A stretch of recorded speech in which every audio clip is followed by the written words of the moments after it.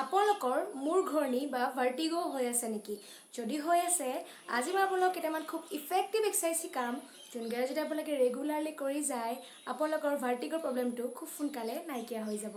চ' ভিডিঅ'টো যাতে শেষলৈকে চাই আৰু এক্সাৰচাইজকেইটা ৰেগুলাৰলি কৰি যায়। ফাৰ্ষ্ট এক্সাৰচাইজটোৰ কাৰণে বিচনাত শুই ল'ব, দেন আঁঠু দুটা বেণ্ড কৰি এটা ছাইডে নমাই দিব ভৰি দুখন।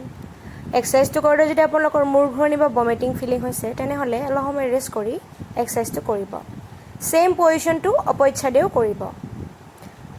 পজিশ্যনটো 30 ছেকেণ্ড হোল্ড কৰিব, দেন ৰিলিজ কৰিব।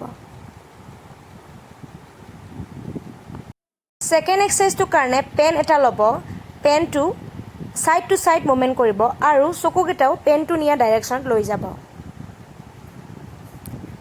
থাৰ্ড এক্সাৰচাইজটোৰ কাৰণে পেনটো আপ ডাউন মুভমেণ্ট কৰিব আৰু চকুকেইটা পেনৰ ফালে চাব। ফ'ৰ্থ এক্সাৰচাইজটোৰ কাৰণে পেনটো কৰ্নাৰ টু কৰ্নাৰ মুভমেণ্ট কৰিব এণ্ড চকুকেইটাও পেনৰ ডাইৰেকশ্যনত মুভমেণ্ট কৰিব। চেম টু অপজিট ডাইৰেকশ্যনত কৰিব।